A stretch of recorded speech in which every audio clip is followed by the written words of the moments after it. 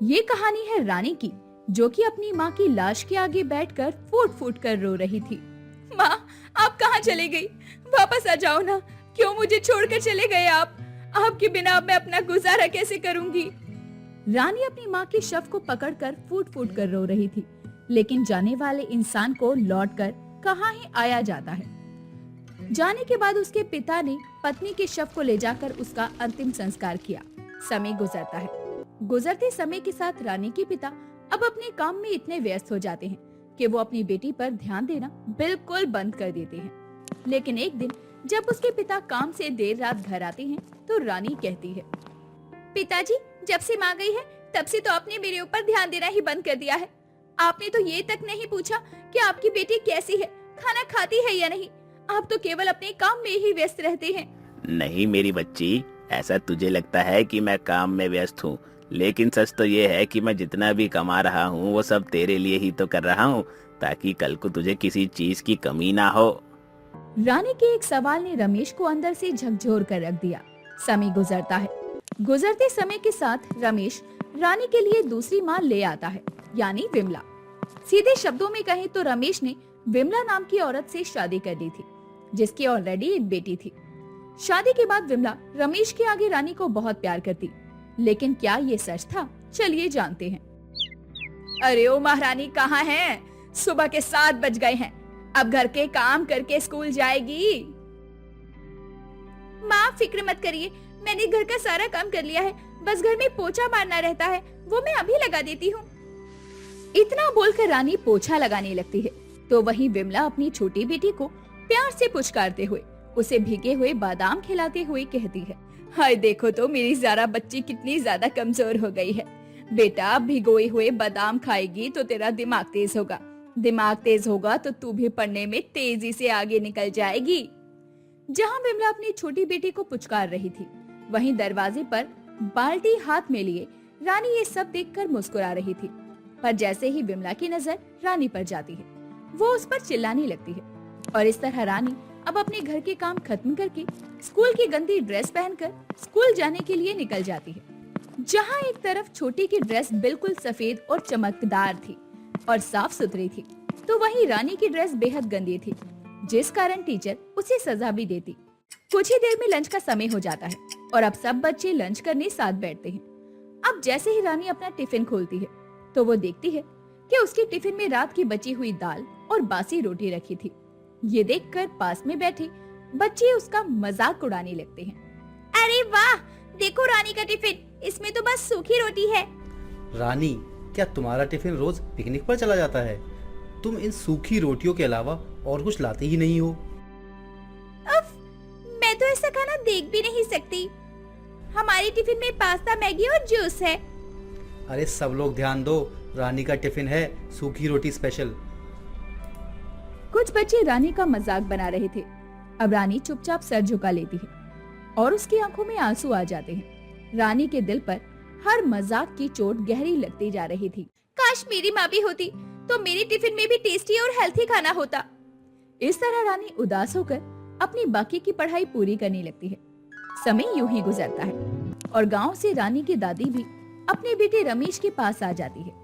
ऐसे ही एक दिन दोनों बच्चियां स्कूल की छुट्टी होने पर जब घर आती है, तो देखती हैं कि विमला अपनी बेटी के लिए पिज्जा बना रही थी।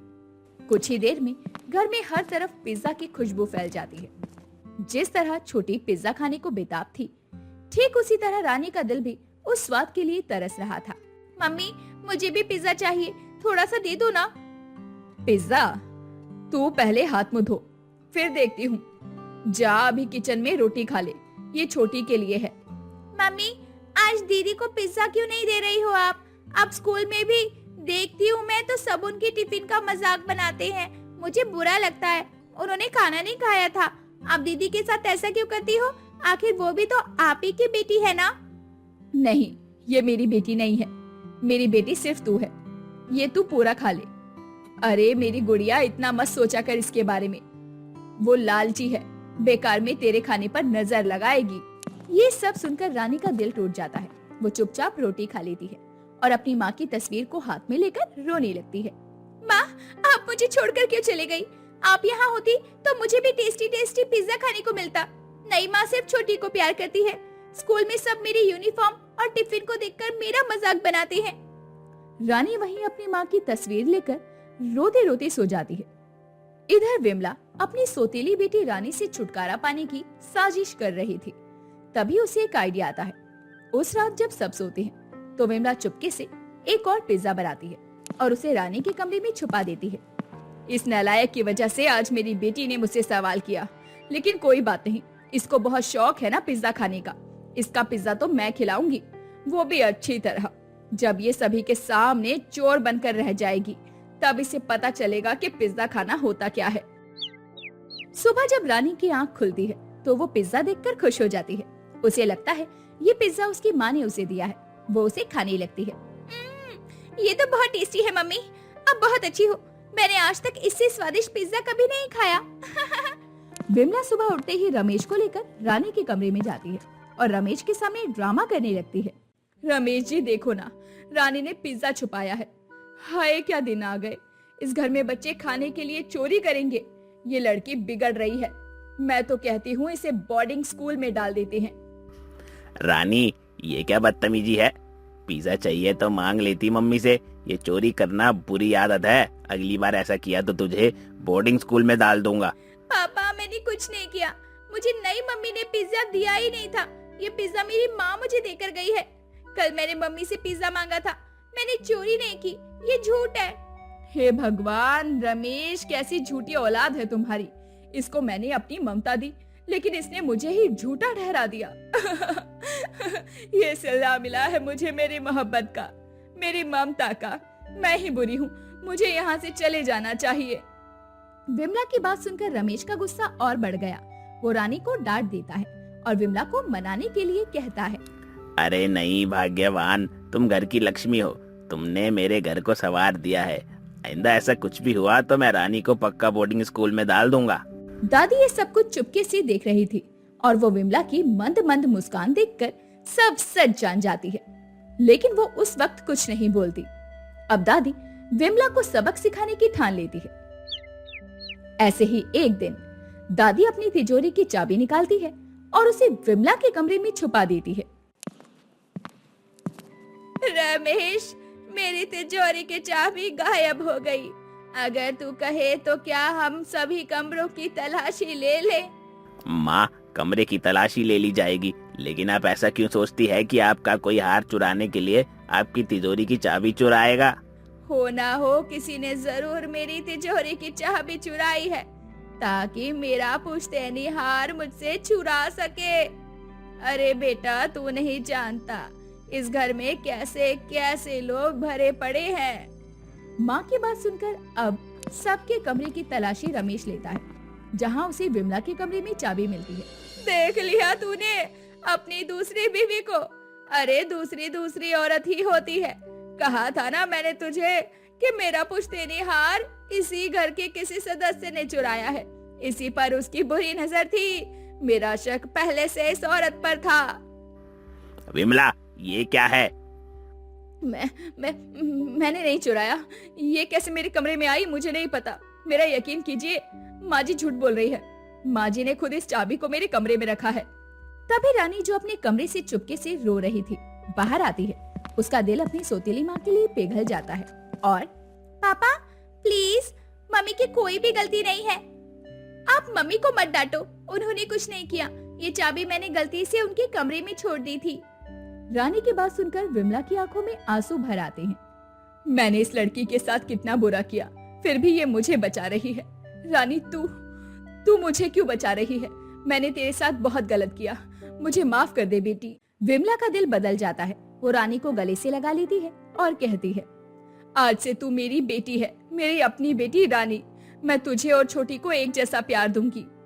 रमेश को भी ये सब देखकर बहुत खुशी होती है और दादी मुस्कुराते हुए कहती है, बेटा, ये चाबी ना तो रानी ने यहाँ रखी थी और ना ही इस औरत ने।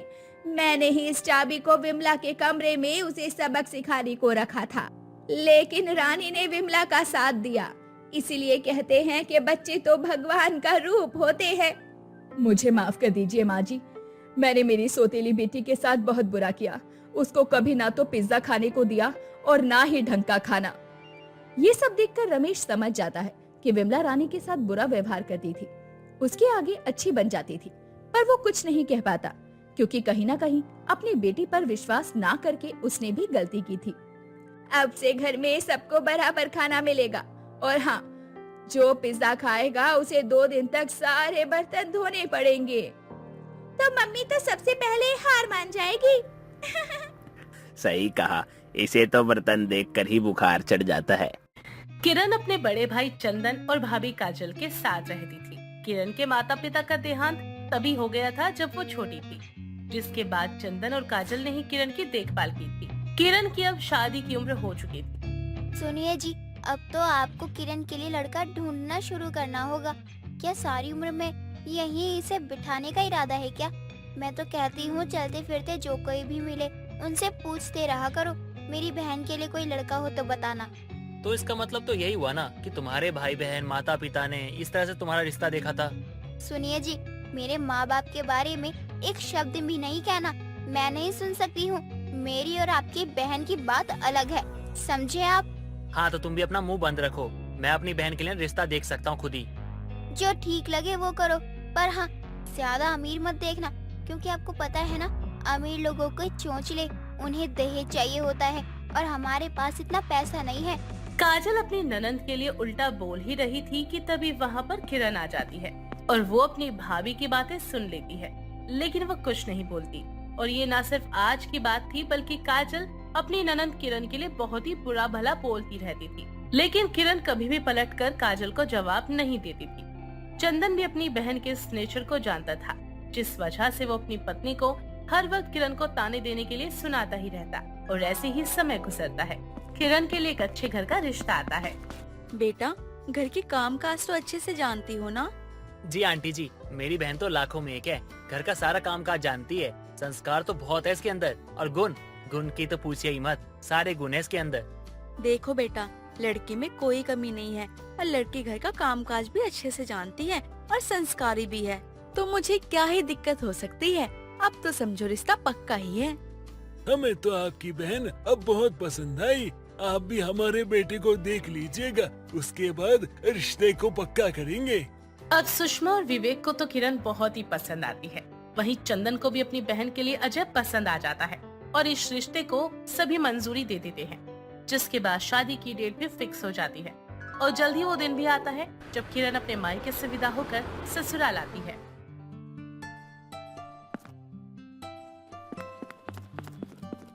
आओ आओ बेटी, अब से ये तुम्हारा ही घर है और मैं तुम्हारी माँ और ये तुम्हारे पिताजी। तुम्हारी सास बिल्कुल सही कह रही है बेटा। हमारी बेटी तो है नहीं, लेकिन हम तुम्हें बेटी बना के रखना चाहेंगे। हाँ, शायद इसी दिन के लिए हमारी कोई बेटी नहीं थी। आओ बहू, मैं तुम्हें तुम्हारा कमरा दिखाती हूँ।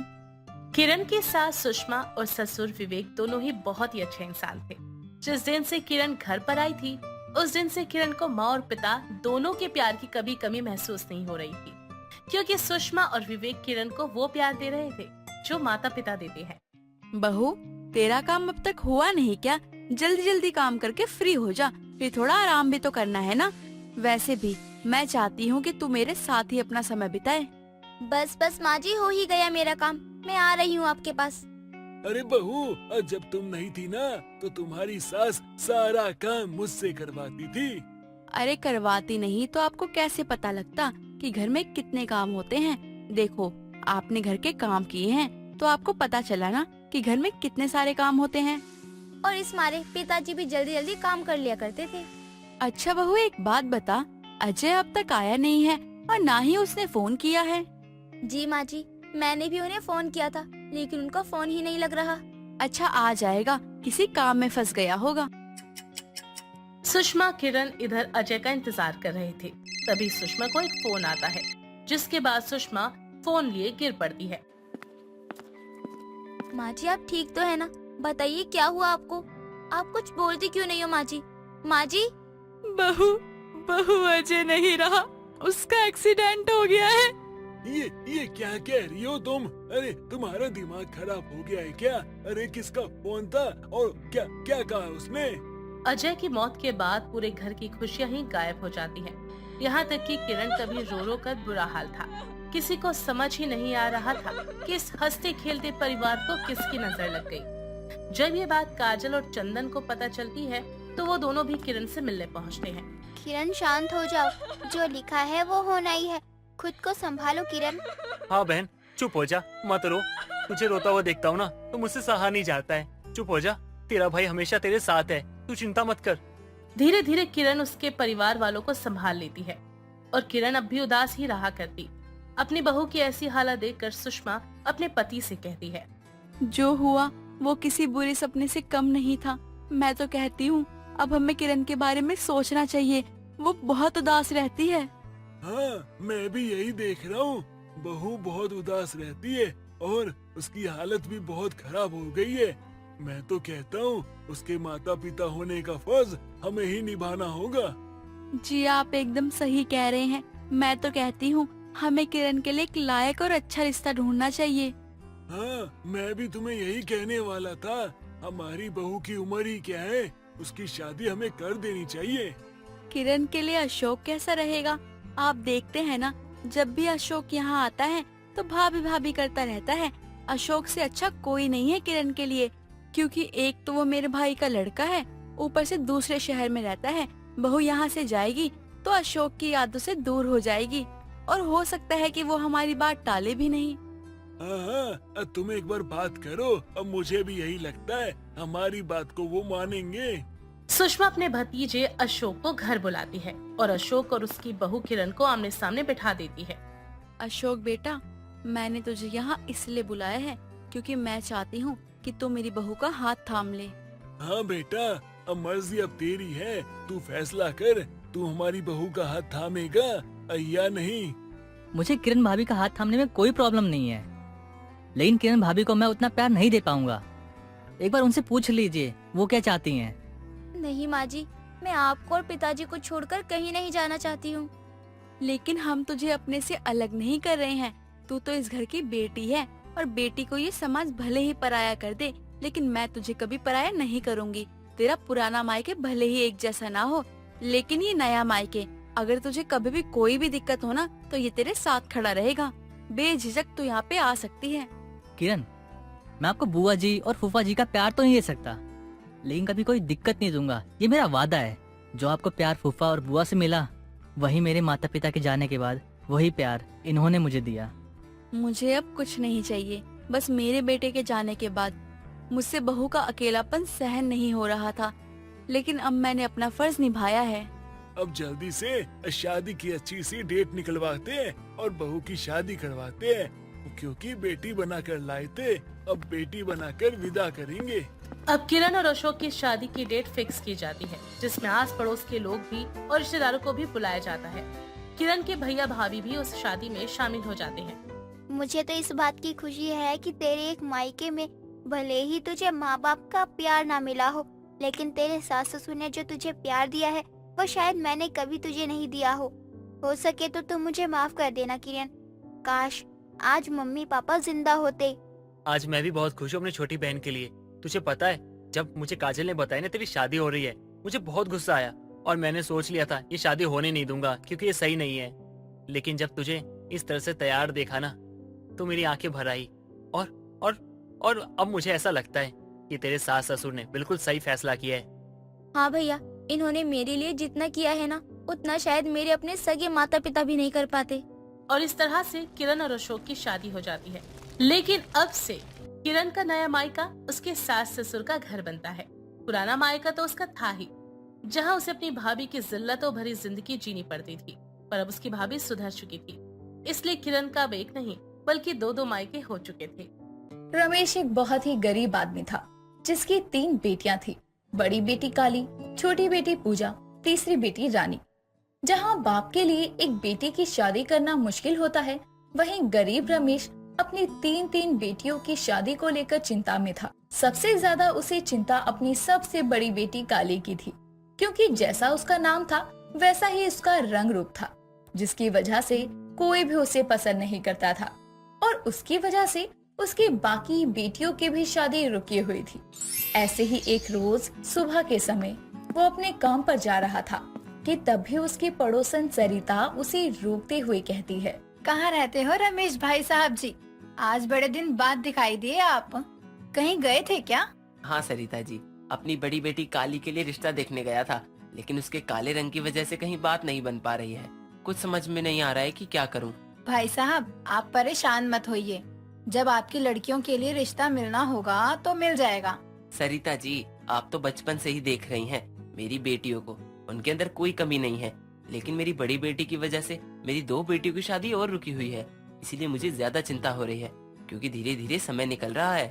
मैं आपकी परेशानी अच्छे से समझ रही हूँ। मेरी भी 2 बेटियाँ हैं। बिना माँ की बेटियों को पालना, उनकी शादी करना बहुत बड़ी चीज होती है। फिर भी आपने अपनी बेटियों में कोई कमी नहीं छोड़ी। माँ के ना होने पर भी आपने उनको बहुत अच्छे संस्कार दिए हैं। आप जानती हैं सरिता जी, आजकल तो लड़कियों की अच्छे घर में शादी 2 तरीके से ही होती है, या तो लड़की सुंदर हो या तो पैसे वाली हो। लेकिन मेरी बड़ी बेटी ना ही सुंदर है, ना ही मेरे पास इतने पैसे हैं जो मैं ज्यादा दहेज देकर अच्छे घर में उनकी शादी कर सकूं। आप अपना मन छोटा मत करिए, समय आने पर सब कुछ हो जाएगा। आपको इतना सोचने का मौका भी नहीं मिलेगा। और अगर आपको मंजूर हो तो मैं आपकी छोटी बेटी रानी की शादी की बात अपनी देवरानी के लड़के के साथ चला सकती हूँ। लेकिन सरिता जी, बड़ी बेटी को घर बिठाकर छोटी बेटी की शादी करूंगा तो लोग क्या कहेंगे कि बड़ी बेटी को बिठाकर छोटी बेटी की शादी क्यों कर रहा है। लोग न जाने कितनी बातें बनाएंगे। आपको अपनी बेटियों के बारे में सोचना है या लोगों के बारे में? वो क्या सोचते हैं क्या नहीं, इससे आपको क्या लेना देना। शादी तो आपको ही तीनों की करनी है ना। जिसकी जैसे मिले कर दीजिए। आप सोच लीजिए शाम तक और मुझे बता दीजिए। अगर आपकी हाँ हुई तो मैं आगे बात बढ़ाती हूँ। सरिता इतना कहकर अपने घर चली जाती है और रमेश भी अपने काम पर चला जाता है। कुछ समय बाद रमेश काम से लौटकर घर आता है और बहुत सोचने समझने के बाद वो सरिता की बात मान लेता है और अपनी बड़ी बेटी से पहले अपनी छोटी बेटी रानी की शादी पहले करने के लिए हाँ कर देता है। जिसके बाद सरिता लड़के वालों से बात करके उन्हें मिलने के लिए घर बुलाती है। अगले दिन लड़के वाले रमेश के घर आते हैं। तभी उसकी बड़ी बेटी काली सबके लिए चाय नाश्ता लेकर वहाँ आती है, जिसे देखकर लड़के की माँ मालती कहती है, जेठानी जी, आप ये किन लोगों के घर लेकर आई हो हमें? इनका ना तो घर अच्छा है ना ही लड़की। कहीं तुम हमें धोखा तो नहीं दे रही हो? नहीं नहीं मालती, ये वो लड़की नहीं है जिसे हम देखने आए थे। ये तो इसकी बड़ी बहन है।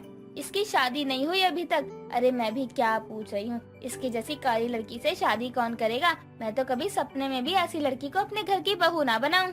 इस तरह किसी के घर में बैठकर उसकी बेटी की इंसल्ट करना ठीक नहीं है मालती। तुम पैसे वाली हो, ये लोग गरीब हैं। इसका मतलब ये नहीं कि तुम इनकी बेइज्जती करो।